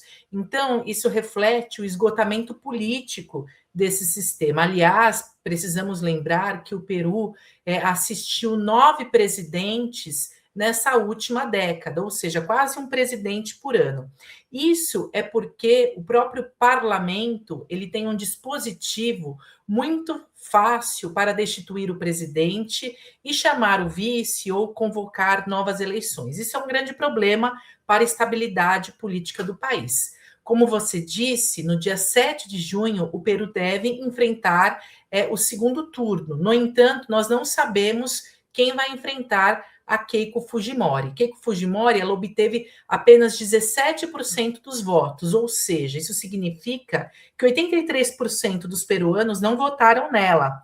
Assim, ainda que ela seja eleita, ela não tem representatividade para governar o país. Aliás, com tantos candidatos, fica difícil pensarmos aí numa maioria, num apoio, em governabilidade. Em oposição, nós temos justamente Roberto Sanches, que representa a esquerda no país, e ele tem um apoio das massas e, sobretudo, dos campesinos, ou seja, das pessoas que vivem no campo, e, ao mesmo tempo, nós temos um outro candidato, que é Rafael Lopes, esse sim é de extrema-direita e vem sendo apoiado não apenas pelo Trump, mas pela extrema-direita da região. Ou seja, ainda estamos em contagem de votos para saber quem vai enfrentar Keiko Fujimori no dia 7 de junho. Agora, por que está demorando tanto essa apuração, Regiane? Bom, temos que lembrar 2 fatos. Primeiro, que a cédula é em papel e, por conta dos atrasos, nós tivemos, sim, pessoas ainda, eleitores, votando na segunda-feira. Mas o grande problema está sendo a estratégia do candidato Rafael Lopes Aliaga, aquele de extrema-direita, que vem tentando impugnar votos. Ou seja, ele está, inclusive, pagando, ou seja, pagando algo em torno de 26 mil para aqueles que trabalham nas urnas identificarem fraude nos votos. Isso é muito complicado, na medida em que ele pode impugnar essas eleições. Ou seja, sabendo, reconhecendo que talvez ele não seja o candidato a ir para o segundo turno, ele está judicializando esse resultado. Então, ele está tentando, através de recursos legais, atrasar, contestar ou anular essa contagem de votos. Ou seja, a sua equipe jurídica está impugnando sistematicamente em regiões em que o candidato de esquerda, Roberto Sanches, teve uma votação superior e expressiva, como, por exemplo, no interior andino. Assim, quando ele judicializa, o voto não é contado imediatamente, isso leva ao congelamento da apuração e, por sua vez, tarda nessa contagem. isso abre um grande vácuo de poder e de incerteza. Só corrigindo, ele está pagando em torno de R$29 mil, ou seja, é um valor muito alto para os funcionários eleitorais que apresentam prova de fraude. Ele está, de fato, atuando para judicializar ao máximo essa eleição. Isso, claro, vai ser um grande problema para o segundo turno, bem como para Roberto Sanches, que disputa o primeiro lugar, ou seja, que deve disputar as eleições com Keiko Fujimori. Pois é, isso cria uma insegurança, né? Uma instabilidade institucional muito grande, principalmente para os eleitores. Aliaga deu um prazo de 24 horas, Lopes Aliaga, ele deu um prazo de 24 horas para o Júri Nacional das Eleições anular esse pleito. Aliás, ele ameaçou de convocar uma insurgência civil. Então, vejam a estabilidade do país. O país ele vive como se fosse um grande poder do parlamento, e com isso, e agora do sistema judicial, e assim o executivo ele tem muita dificuldade, não apenas de se eleger, como estamos vendo agora, mas de terminar o seu mandato.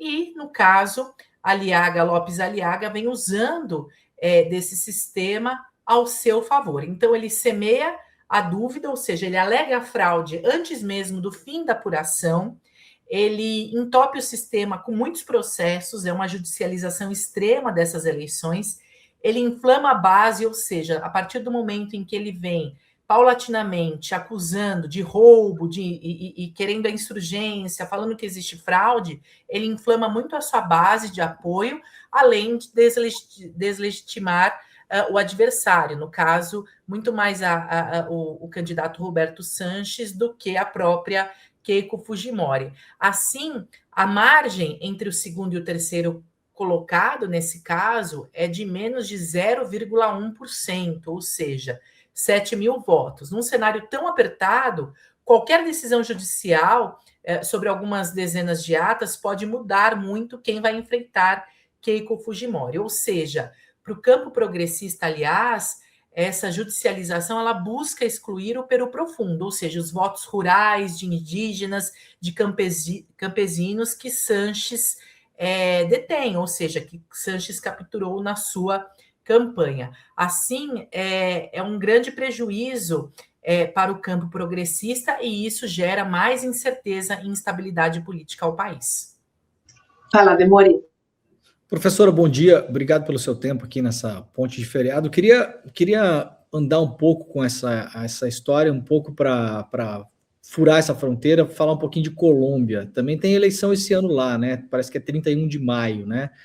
Lá também nós temos uma situação em que o presidente atual, Gustavo Petro, não pode concorrer à eleição, porque já fez uma reeleição, e é uma eleição também que influencia nesses humores da América Latina, né? Queria saber se a senhora tem algum panorama do que pode acontecer lá, se pode ter também essa questão eleitoral conflagrada lá, lembrando que o Flávio Bolsonaro deu uma declaração semanas atrás, dizendo que se as eleições forem limpas, ele pode ganhar a eleição, ou seja, como quem diz já que se ele não ganhar, não serão limpas, então, as eleições, né? E deu, inclusive, uma declaração que, em relação ao Supremo Tribunal Federal, ele acha legítimo que se desrespeite decisões do Supremo esse ano também em relação às eleições. A senhora acha que essas eleições que acontecem na América Latina esse ano podem também interferir nos humores políticos na eleição do Brasil? Principalmente aí a gente tendo aí um governo dos Estados Unidos alinhado à extrema-direita, que pode operar algum tipo de não reconhecimento dessas eleições, caso a extrema-direita não as vença? Muito boa sua pergunta, Demori. Aliás, essa é uma pergunta chave para a gente entender a estabilidade política da América Latina neste ano. Eu poderia dizer que nós estamos num ano muito instável, não apenas pela atuação do Trump, mas por toda a repercussão, por exemplo, da deposição do presidente Nicolás Maduro. Lembrando que isso aconteceu no dia 3 de janeiro, ocasionou ainda mais instabilidade na região e uma dificuldade imensa no diálogo entre a própria Colômbia e a Venezuela. Lembrando que a Colômbia é o principal destino de migrantes venezuelanos. Assim, Petro, que foi eleito como o primeiro presidente progressista na história da Colômbia, é importante dizer isso, ele teve muita dificuldade de governabilidade ao longo desses anos. Foram 4 anos em que ele conseguiu dar um pouco mais de voz aos marginalizados, mas mesmo assim enfrentou críticas, desafios, dificuldades, porque o país tampouco tem uma tradição, uma história no campo progressista. Aliás, diante as incertezas das eleições da Venezuela em 2024, houve uma aliança entre Brasil, Colômbia e México para tentarem dialogar com a Colômbia, evitando, por exemplo, interferência de países externos à América Latina. Mesmo que Brasil e Colômbia tivessem, no final, ficado sozinhos nessa tentativa, os países não conseguiram uma conversa mais próxima com a Venezuela, mas tampouco se tornaram contra ou criaram animosidade com o vizinho, ou seja, houve uma busca constante de equilíbrio e estabilidade nessas relações. Eu estou dizendo isso porque o cenário externo impacta muito na situação doméstica, lembrando que, como eu já disse, a Colômbia é o principal destino de imigrantes venezuelanos. Aliás, atualmente, 25% da população venezuelana já está fora do país, ou seja, é um número muito expressivo. A Colômbia vai enfrentar agora, a partir de junho, novas eleições. Nós temos muita chance de haver também interferência do Trump nas eleições colombianas, assim como no próprio Peru, ou seja, não é uma interferência direta, mas são mecanismos de bastante influência, já que a direita, a extrema-direita autoritária, cresce muito na América Latina. Então, nós estamos vendo todo esse problema que está acontecendo no Peru a partir da atuação de Rafael Lopes, ou seja, ele que está tentando impugnar votos, judicializar a eleição, inclusive denominar que as eleições são fraudulentas, e isso talvez aconteça de maneira similar na Colômbia. Colômbia que enfrenta um outro problema histórico, que é o grande problema do narcotráfico. Lembrando que nos anos 90 os Estados Unidos atuaram de maneira muito direta no país, aliás, havia o Plano Colômbia, havia muita interferência dos Estados Unidos, e aos poucos, nesse século, a Colômbia conseguiu, a partir de diferentes governos, se distanciar um pouco mais da política dos Estados Unidos e ter um pouco mais de autonomia em relação a essa problemática. Lembrando que, atualmente, as redes de narcotráfico elas não atuam mais em um único país, elas atuam de maneira transnacional, por isso que é tão importante pensarmos em aliança, em cooperação internacional, numa medida conjunta para enfrentar esse problema, diferente do que quer Trump, que é apenas, muitas vezes, condenar sem democratizar a solução dessa problemática. Pois é, Regiane, não existe solução fácil para essa questão, né? Mas o presidente Donald Trump insiste em achar que tem uma solução única para a América Latina. E aí ele olha para a América Latina e olha menos para os Estados Unidos também, né? Sobre esse mesmo assunto. É realmente impressionante. Regiane Bressan, muito obrigada, viu, por estar conosco aqui no N1 nessa manhã de segunda. Fico à disposição, lembrando que todo esse cenário vai respingar nas eleições brasileiras, por isso é tão importante a gente continuar compreendendo o que acontece nos nossos vizinhos. Um grande abraço para vocês, obrigada pela oportunidade, um bom feriado a todos amanhã. Obrigado, professora. Demore, temos aí uma atualização da nossa enquete? Temos? Eu acho que devemos ter, né? Deixa eu ver se eu pego ela rapidamente aqui. Temos algum print aí, galera? Senão eu já puxo ela do canal direto aqui. Vamos ver. Estamos com 2.820 votos. Você tem dívidas que considera impagáveis? 63% da nossa comunidade diz que não. 21% diz a coisa está feia e 15% as contas estão no vermelho. Então, a gente tem aí 37% da nossa comunidade, que é claro, é representativo, né? Como disse antes aí no chat, eu li antes um comentário dizendo, claro, a nossa comunidade tem uma consciência um pouco maior, né, Rô? Porque a gente faz aqui um combate, né? A questão das bets, né? Tá aí, ó. Explica para as pessoas que de fato aposta não é complemento de renda, né? Aposta sempre quem vai ganhar é a banca, mas não é só aposta. As apostas hoje são um fator fundamental no endividamento das pessoas, Rô, mas não é só aposta. Eu aposto, para fazer a brincadeira, que se a gente não tivesse bets no Brasil, a gente ainda teria um problema estrutural de endividamento. De novo, você se endividar para comprar uma casa, trocar de carro, eventualmente você trabalha com o seu carro, fazer um incremento na sua empresa, o endividamento ele é parte do motor capitalista, né, Roberto? Até da economia de mercado, digamos assim. Né? A dívida ela existe há muito tempo, e muitas vezes a dívida ela pode ser positiva, se você fizer o cálculo correto, né? Não se apertar muito. Muitas vezes você não tem aí 30, 40, 50 mil reais, mas se você conseguir pegar um dinheiro emprestado para incrementar aí a sua empresa, o seu trabalho, o seu negócio, você comprar um equipamento, faz parte. A gente está falando aqui de dívidas impagáveis, que geralmente as pessoas têm com lojas, bancos e financeiras. Então, isso é uma questão estrutural. O programa esse do governo Desenrola é um programa importante, a pessoa vai poder negociar. Mas, Roberta, a gente ainda não atua na questão estrutural. Deveria ser feito um pente fino nos bancos, para que eles não pudessem oferecer os juros que oferecem no Brasil, né?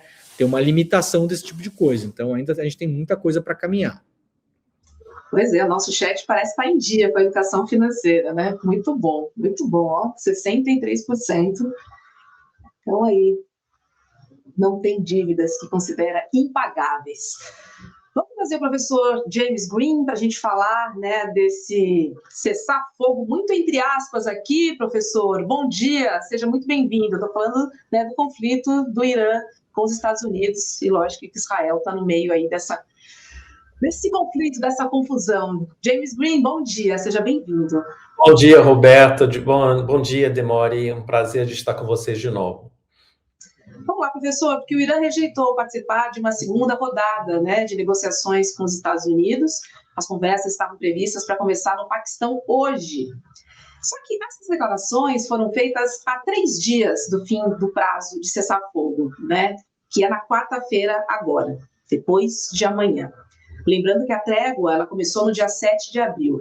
E a Teherã acusa os Estados Unidos, né, de fazer exigências excessivas com demandas irracionais e pouco realistas. E também acusa o governo Trump de dar declarações contraditórias e também de violar o cessar-fogo. Agora, professor, a pergunta é a seguinte: o acordo azedou?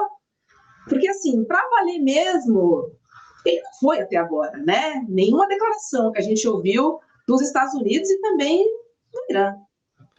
Bom, eu acho importante entender esse procedimento, essa situação, pela situação das bolsas de valores americanos. Porque Trump está apavorado com a falta de apoio que ele tem para a guerra. 60% da população americana está contra a guerra, uma coisa inédita na história dos Estados Unidos. E ele está muito chocado, o povo americano, com o preço do petróleo. Então, sexta-feira, Trump mentiu, dizendo que estava tudo maravilhoso, estava tudo funcionando bem, as negociações iam avançar, justamente para incentivar o investimento na Bolsa de Valores, que aumentou de novo, e o preço de gasolina baixou, e agora, segunda-feira, quando tem problemas, conflitos entre Irã e os Estados Unidos, baixou de novo o valor da Bolsa de Valores e aumentou de novo o petróleo. Ou seja, Trump está manipulando a situação para criar uma situação de apoio nos Estados Unidos, porque ele percebe que ele está perdendo o apoio popular. Do lado de Irã, também, eles estão negociando. Então, eles estão sendo uma posição muito linha dura nesse momento e, com razão, estão chocados, muito contra esses ataques aos barcos iranianos, com o bloqueio que os Estados Unidos estão fazendo contra qualquer movimento dos barcos iranianos. Então, essa situação cria uma possibilidade de polarizar as negociações. É difícil saber. Eu acho que Trump está tão desesperado que ele não vai fazer um atentado militar, bélica muito forte, porque ele sabe que a impopularidade americana vai contra esse tipo de caminho. E aí tem que lembrar que a última vez que houve negociações entre Irã e os Estados Unidos no governo de Obama, levou quase 2 anos para ter um acordo. Então, imaginar, depois de 21 horas, a semana passada, ter um acordo, ou essa semana, amanhã, quarta-feira, ter um acordo, é quase impossível. É muito mais complexo, com os dois lados, muito preocupado com os resultados desse acordo para os seus futuros. No caso iraniano, a possibilidade de uma levante popular, no caso dos Estados Unidos, uma derrota popular. Professor, bom dia, obrigado pela sua participação hoje aqui. Pensando do ponto de vista do Irã, né, eu vi uma notícia uns dias atrás, mostrando até como é aquela coisa, né, teve até uma pessoa que colocou na internet que era muito engraçado, né, o Trump anunciou que depois de colocar os Estados Unidos numa guerra, perder um avião, perder radar bilionário, soldados que foram mortos nessa história, posições dos Estados Unidos no Oriente Médio bombardeadas, ele anuncia a abertura de um estreito que estava aberto antes dele fazer tudo isso, né? Então, primeiro, essa é a parte curiosa dessa história toda. Agora, do ponto de vista do Irã, tá? O país, até uma boa medida, ele se beneficiou do aumento do petróleo, porque o petróleo começou a ser vendido mais caro, o Irã, inclusive, tem um reforço de caixa na venda desse petróleo, porque é um produto, né, importante local.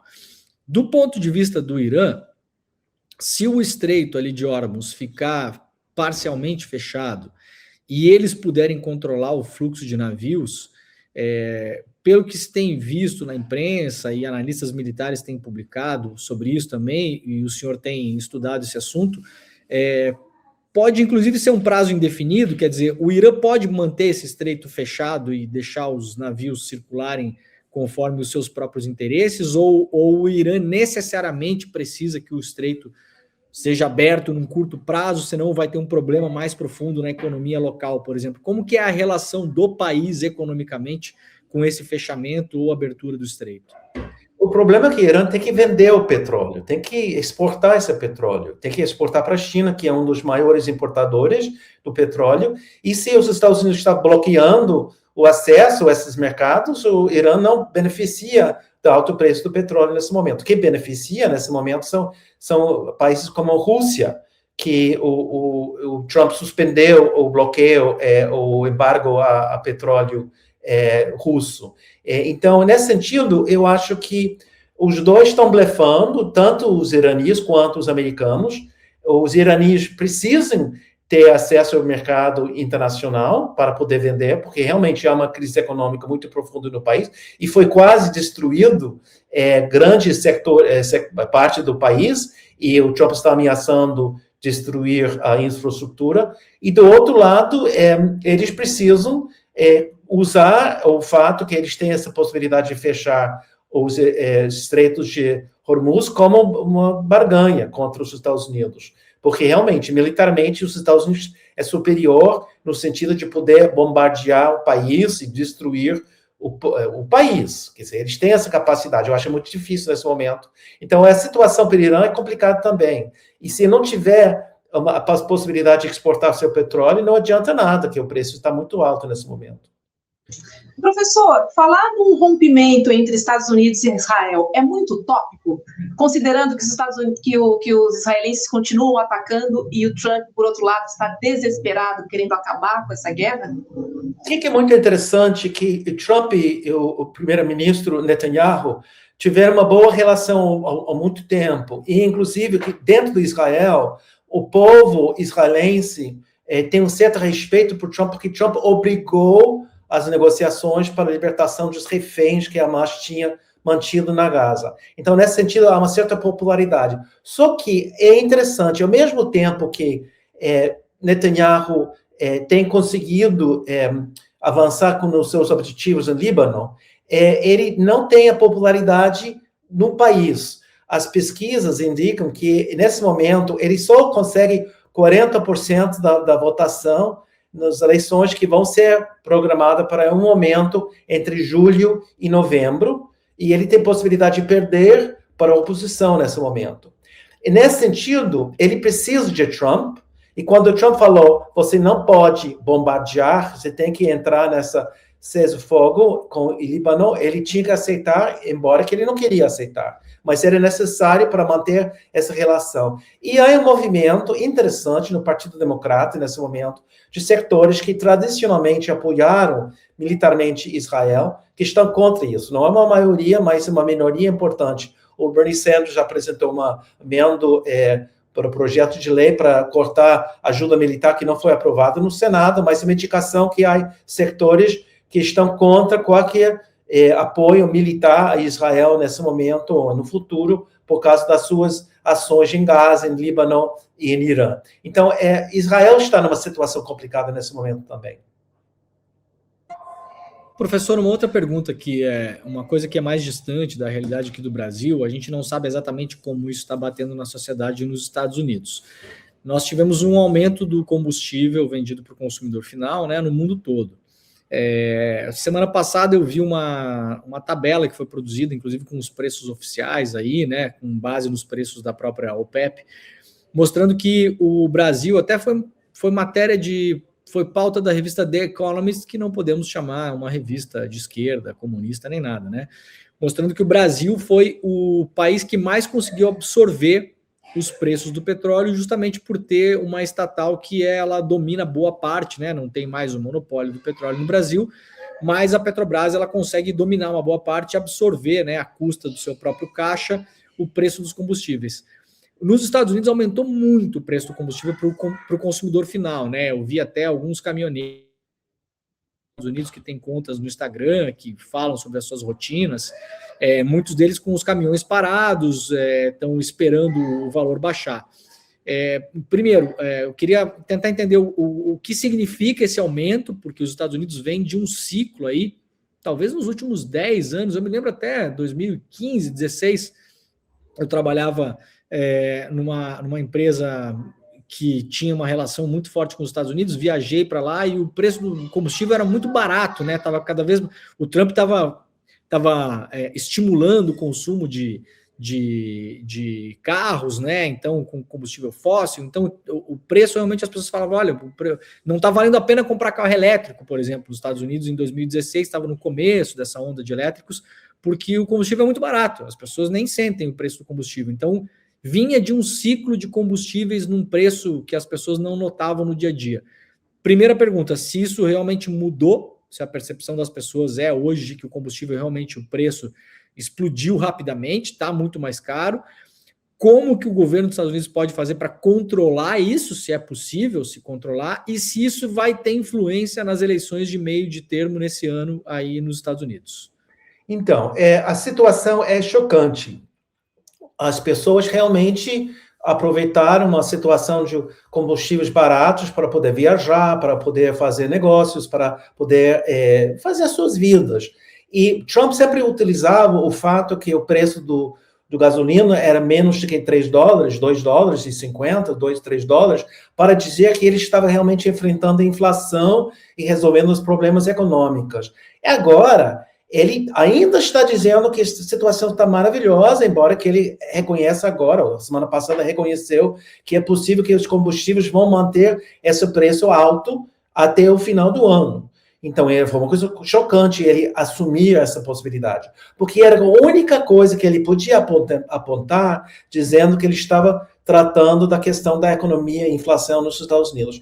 Por isso, ele tenta manipular a Bolsa de Valores e o preço de gasolina, anunciando que está tudo maravilhoso, as negociações, estamos avançando muito. Agora, é interessante, você mencionou os caminhoneiros. O único sindicato forte que apoiou Trump nas últimas eleições era o sindicato dos caminhoneiros. Eles estão furiosos com eles agora, porque eles sabem que se manter esse alto preço para combustíveis, eles não podem funcionar. E muitos dos caminhoneiros são independentes, não trabalham como companhias, e eles precisam de um baixo preço para poder sobreviver.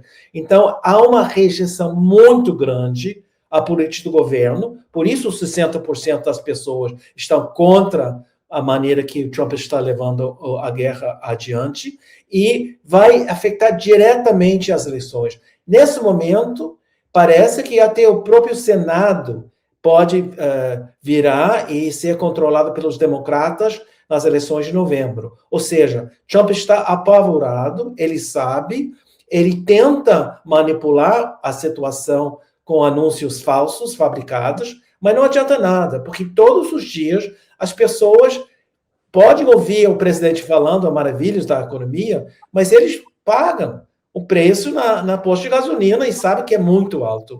Por exemplo, para dar mais um exemplo, Trump foi para Nevada para falar sobre as possibilidades dos benefícios de uma medida dentro do projeto de lei orçamentário ano passado sobre gorjetas, porque ele tem uma certa redução dos impostos sobre as pessoas que trabalham e recebem gorjetas. Pessoas, servidores de restaurantes e outros lugares. E ele tentou dizer para as pessoas de Nevada que está tudo maravilhoso.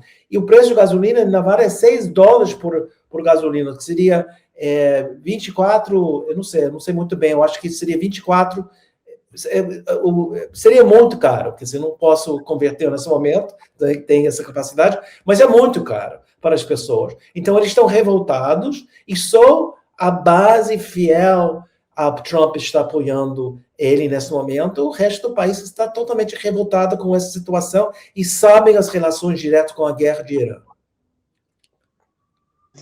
Tá certo, professor James Green. E os estadunidenses estão se sentindo traídos também, né? Porque America First tem ficado aí para second, third, sei lá, no final da fila, né? O que a gente tem observado, eles principalmente. Até porque essa foi, né, a promessa ali de campanha, e os apoiadores de Trump querem, de fato, que eles sejam olhados em primeiro lugar.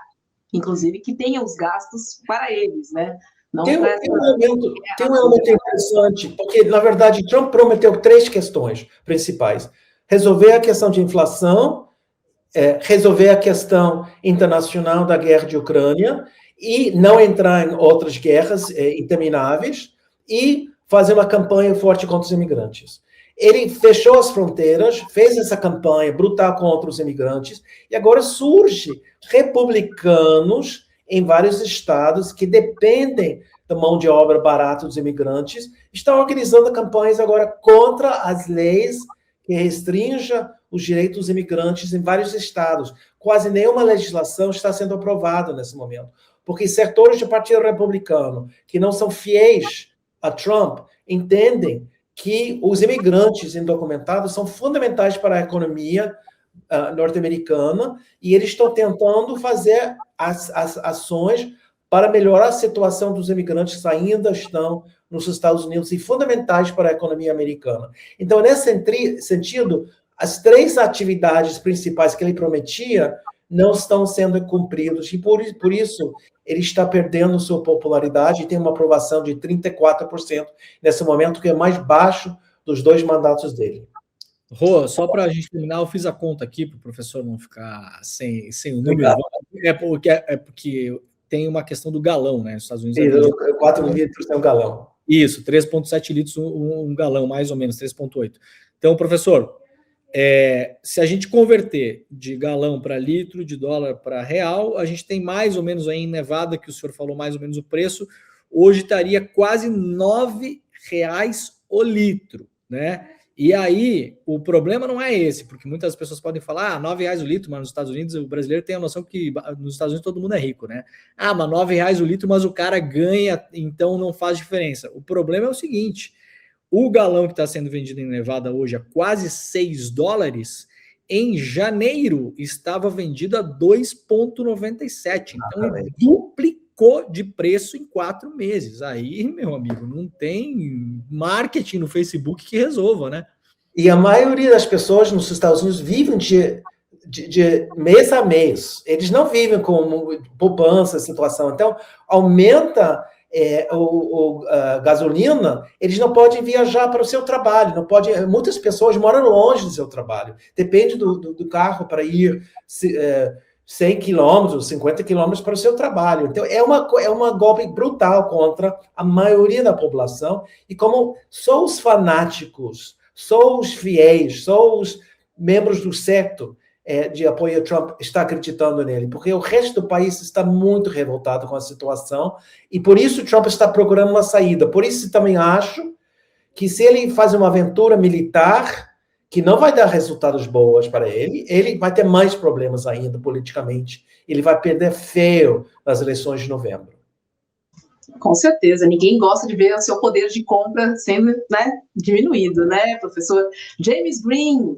Muito obrigada, viu, por trocar aqui com a gente nessa manhã no N1, e até breve, professor. Um beijo. Um beijo, Roberto, um beijo de Mori. Um grande abraço. Beijo. Obrigado, professor. Rô, a gente está indo para o finalzinho, deixa eu só ler umas coisas muito rápidas aqui que eu separei da nossa audiência em relação às dívidas, porque é importante, né? 2 contrapontos, tá? Para a gente pegar aqui. O Leandro Bezerra fala o seguinte: o ICL tem muitos alunos do investidor mestre diariamente, a Débora Maganha nos ensina sobre mercado de investimentos, por isso não é uma comunidade tão endividada. A Jane Stud, a gente individualmente para manter a gente se endivida para manter as contas e tratar da saúde. Não é para comprar carro, nem para mudar de padrão de vida. Muita gente falando aqui, Rô, que se endividou no último ano porque aumentou o preço do seguro-saúde, né? Do plano de saúde. Plano de saúde. Isso, muita gente falando isso. A Brícia Maio, minhas dívidas são impagáveis. É casa, imposto, não tenho vício nem em jogo. Não tenho carro e não consigo colocar minha filha na faculdade. Faço parte da população invisível aos olhos do governo. Cibele de Detilho. Fazer um planejamento financeiro é essencial, jamais depender das instituições. É que muita gente não consegue fazer planejamento porque não sobra dinheiro, né, Rô? Cátia Ferreira. Obrigado pelas aulas do investidor mestre do Eduardo Moreira, me ajudou a me livrar das minhas dívidas e não me endividar mais sem possibilidade de não poder pagar, né? Carla Sank, graças ao Eduardo Moreira consegui estabilizar minhas contas. Wesley Silva, bom dia, aqui, não, isso aqui já é outra coisa da questão do advogado daquela moça, da menina do Brasil Paralelo. Então, a gente vê 2 coisas, primeiro, pessoas que têm educação financeira, que conseguem minimamente se organizar, quem tem renda para se organizar, porque não dá para todo mundo também, né, gente? Não vamos ficar no mundo da fantasia, tem gente que não tem renda para sequer fazer planejamento financeiro. E um outro lado, muita gente falando aqui que se endividou muito no último ano por conta do plano de saúde. Perfeito, Demore, é isso, educação financeira é fundamental. E vou trazer de novo esse ponto que é importante. Não é para você que tem dinheiro sobrando nas continhas no final do mês. É para você aprender como gastar o que entra. Isso muda tudo. Ou seja, a educação financeira é, sim, para todo mundo. Todo mundo que tem uma fonte de renda, obviamente, que trabalha com dinheiro. Então, assim, também é uma cultura que a gente precisa mudar. E é importante que a gente tenha, né, os nossos programas aqui no ICL, Débora Maganha, Eduardo Moreira, investidor mestre, enfim, todas as dicas que são muito valiosas para a gente poder aprender a lidar com o nosso dinheirinho para sobrar no final do mês, né? E mesmo que não sobre, que você entenda onde é que você está gastando. É sobre isso, Demore.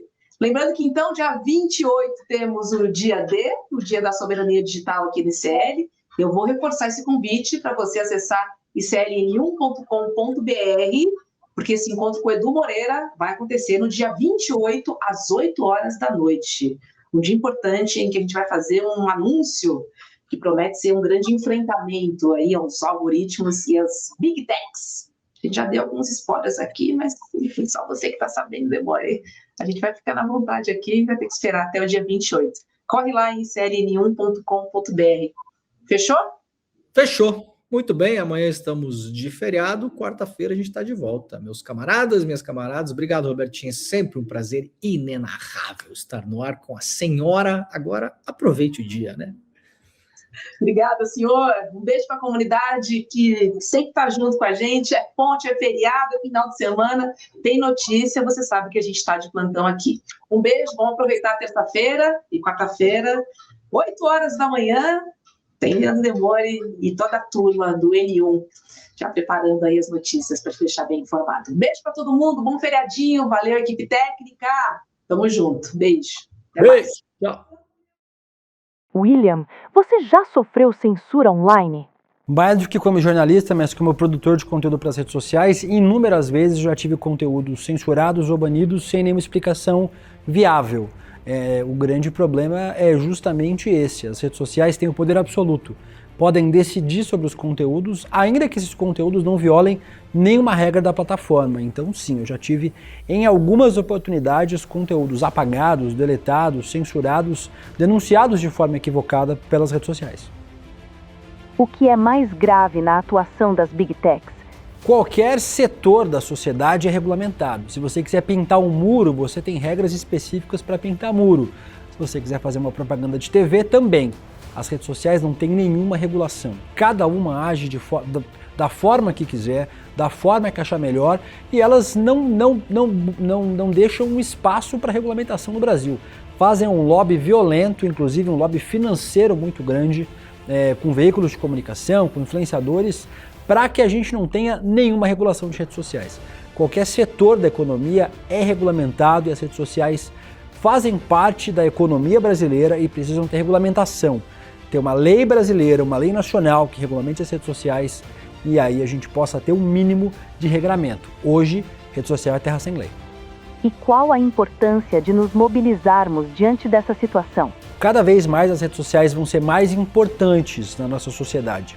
Já são parte significativa do nosso dia a dia, do nosso cotidiano. Usamos redes sociais para absolutamente tudo, em especial para se informar e para se entreter.